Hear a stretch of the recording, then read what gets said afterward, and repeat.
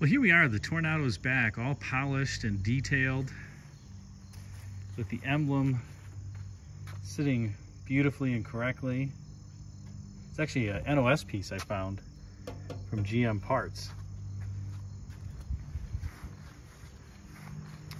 I had the wheel covers repainted.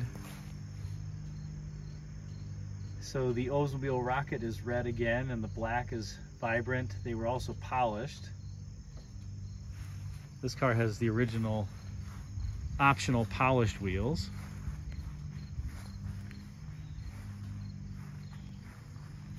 Just a spectacular looking vehicle. Finished in autumn bronze. I love the reverse light. It's integrated into the bumper there, very classy. And the single unbroken line, which by the way is the same line on the 67 Riviera. Same roof. Different rear quarter panel. And just a cool interior with the rear speaker back there. So let's walk around and talk about some of the strange, unique features, quirks, idiosyncrasies, etc. of this 1966 Oldsmobile Toronado. Now, turning under hood, we have some fun things. If you want to impress your friends, you can always tell an Oldsmobile V8 because it has the oil fill tube there, including the diesels. So whether it's an Olds 307, 425, 455, that's where you can find the oil fill tube on these.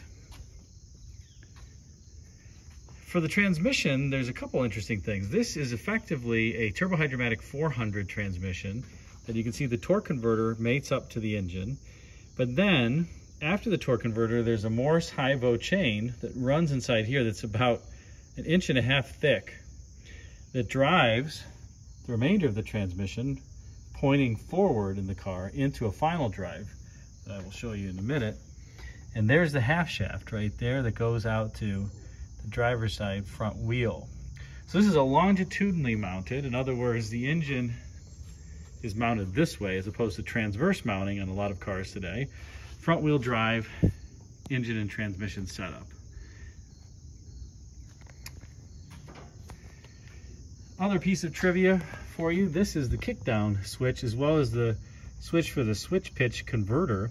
This has a 2-speed or 2-stall speed torque converter. Basically, when you open the throttle after a certain opening, it will activate a different stall speed in the torque converter, higher stall speed so that you have more power. And then when you're not stepping on the accelerator as hard, it's a lower stall speed so you get better fuel economy. This was used on turbohydromatic 400 transmissions from 1965 through 67, I believe. It was not used on transmissions after that, I think because of a cost-cutting move, but other GM transmissions had it, including the Dynaflow, something very similar, and it works great. It was just eliminated because of cost and complexity reasons. Here you have something that you certainly don't see on a modern car anymore. This is the so-called heat riser. So you can see there's a bimetallic spring there that when the engine is cold, it'll direct hot exhaust gases up underneath the carburetor to help warm it up. And then as that engine warms, then this weight basically allows the exhaust just to go completely out the back of the vehicle. Another interesting thing is that this is not an air-conditioned car, and so it has a pretty wimpy fan shroud here and a pretty wimpy fan, just a 5-blade non-declutching fan. If you got the air-conditioned vehicle, you'd have a declutching fan that would spin a lot faster. This one really doesn't spin very fast. Doesn't have, it has a pretty big radiator, so I suppose the fan doesn't need to spin all that fast. It has quite a bit of capacity. But if this were an air-conditioned car, you would see the declutching fan up there. Oldsmobile V8s, like Pontiacs and like Chevrolets, and of course like some other engines, Chrysler 318s, have the distributor back here. So some other GM V8s like Cadillac and Buick would put the distributor up front. You know, 6 of one, half dozen of the other. I think in the back is a little bit harder to service, but it's not all that bad. You can see there's a ton of space back here. I mean, you can see the ground. And you're really not crowded for doing anything like a tune-up, as you can see here. It's pretty gosh darn easy to get to everything. Here you have a manual antenna. This is not a power antenna. This is what came standard in the car with the radio, and you actually have to go out here and pull it up and retract it. It's funny, a lot of people tell me, well, the antenna motor is broken. Well, there is no antenna motor on this car. It just has the manual antenna. Next, we have the wheels. This car has the optional chrome wheels. These were just, this portion was just a standard argent painted wheel, unless you paid extra for the chrome wheels, which this car has. And I think it looks pretty jazzy. I love the rocket symbol there. Looks super cool. On the back windows, I always thought this was interesting. This is not just a straight up and down motion, but let's see if I can open here. It kind of goes cockeyed as it goes down. This car obviously does not have power windows. So it kind of goes in and rotates this way. Does a so-called monkey motion. So there you go, it's rotating forward. And the glass, that's where the stop is set. So there's still a little bit of glass showing on both the front door and the back window. Well, I could put the window down and the front down a little bit more, so not too much glass is showing, but you do get some of the glass still showing in the back. Next out back, we have the single leaf rear suspension that was used on the Toronado and Eldorado. That's a single leaf. There are 2 shocks on either side, one for lateral inputs and one for vertical inputs. So there's 4 shocks on the rear total. Pretty horrible suspension setup. The frame terminates right here, right at the leaf shackle. So you can see that's the end of the frame right there. It's a 3/4 length frame on these cars.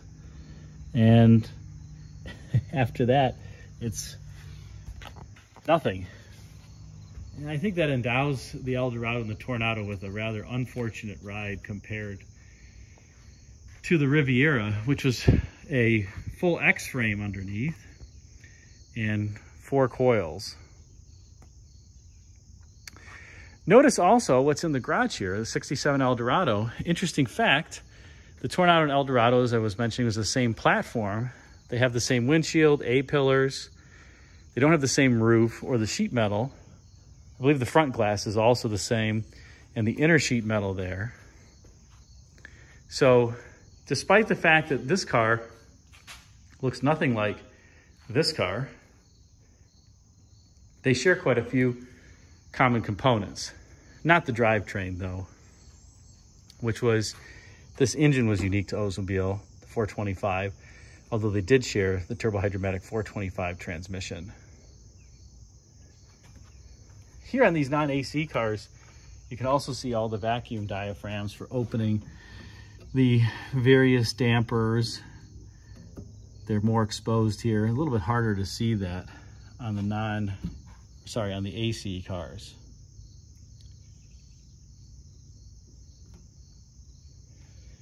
And of course, it wouldn't be a Toronado without hidden headlights. And why else would you have these big vacuum reservoirs but to hold vacuum? It's a giant tank of nothing, but so that you can open the headlights. Now, this was a vehicle where General Motors styling chief Bill Mitchell allegedly didn't care for the style of these headlights. He thought it made the car's front end look like it was a frog, and I kind of agree with him. It's a bit inelegant. This car amazingly still has 3 of its original T3 headlights. It says T3 there. This one's been replaced. These 2 are original though. So that's pretty cool. Not sure if I'll have enough vacuum for them to go down. Yeah, look at that. It's going to sleep. 66 was also the only year for these eyebrows and this very linear grille.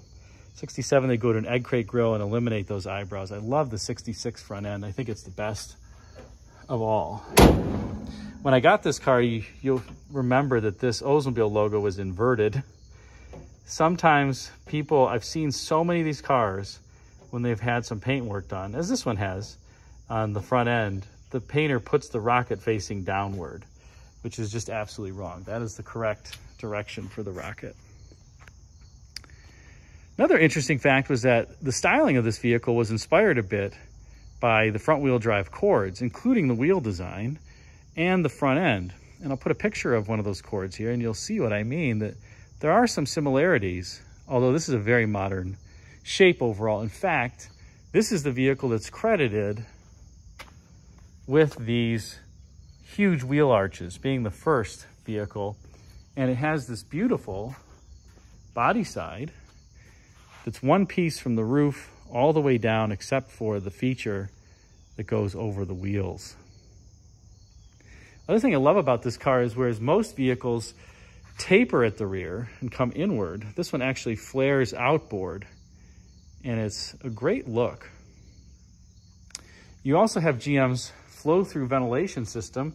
This is where the ventilation would exhaust, and there were a lot of problems with this. Often the tubes that drain the rainwater out onto the ground leak, and then the trunk gets water in it and rusts out. Thankfully, this car is perfectly solid. This car does have the tilt and telescoping steering wheel. You telescope it by rotating this, and then you can see the wheel goes in and out. And you rotate it back to lock it. I also think this car is the largest accelerator pedal of any vehicle. It's absolutely massive. Oldsmobile did that for a number of years. Other GM divisions had massive accelerators, but not as big as this. You also have a one-year-only interior in this Toronado. 1967 would be redesigned to have buttons down the middle, a bit more luxurious, new door panels. 66 also had a couple different door panels, one of which you can see the pull strap is integrated into that feature on the door panel here. On some of them, it's not. So they used a number of different door panels. This is also a deluxe model. There was the non-deluxe door panel. So this is the better looking interior, and it's very tasteful, I would say. You also have a nice feature for the back passengers, and that's that rear door handle here that you can get out. Closes great. And you have that on either side. That would get eliminated in the later 60s for cost reasons on the driver's side. It would stay on the passenger side. But here in 66, it was in both places.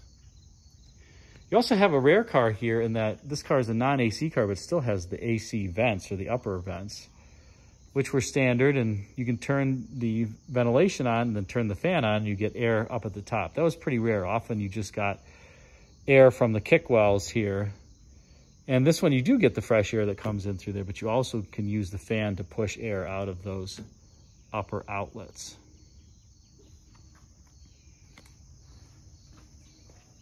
And here you have the optional cornering lights that I will talk about in a second, how weird these are, but I think it's just a great look. Almost look like shark gills. And you have this super huge front end overhang, significantly longer even than the Riviera, so that you get these big pontoon fenders that really form the distinctive front end of the Toronado. All right, let's talk about crazy things in this 1966 Toronado. One of the craziest I have seen is this cornering lamp assembly.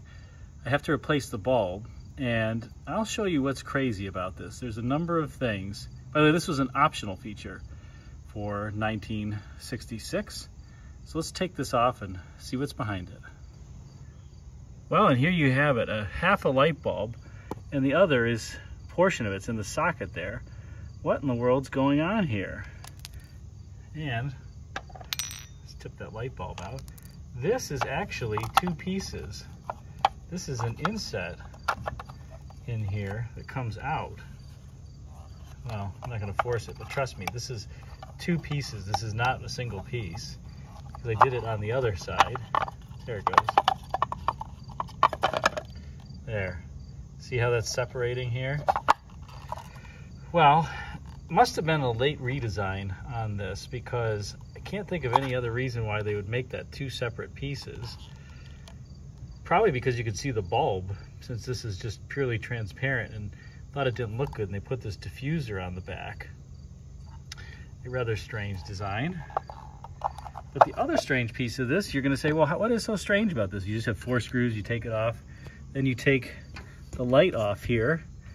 Well, the reason why this is popped off is because if you take, I saw this from the back side, and I just pulled it out like this, very easy.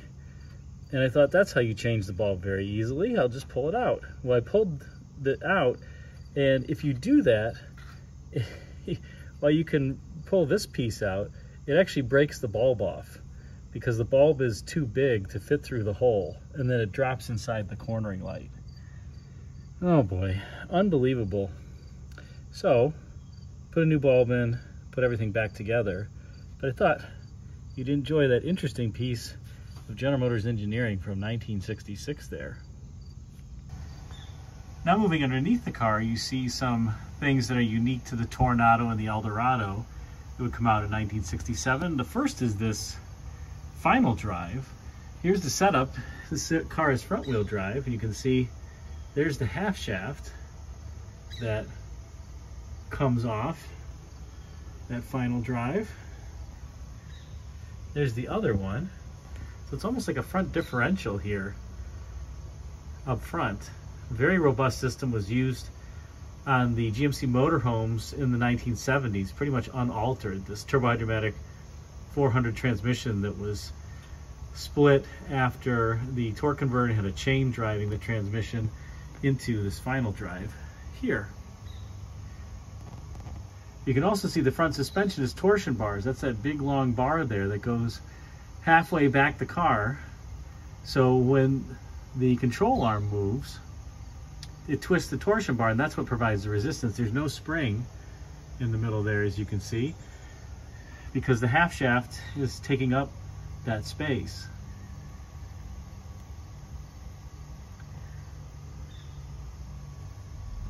And of course, it wouldn't be a Toronado without the rolling drum speedometer that provides instant readouts. It actually works very well, quite handy. So there you go, you can see it. Cool. And there you have it, the strange features, quirks, and idiosyncrasies of the 66 Toronado, now in high definition. Hope you enjoyed that and the clearer picture. If you did, be sure to put a comment in the comment section. Thanks for watching.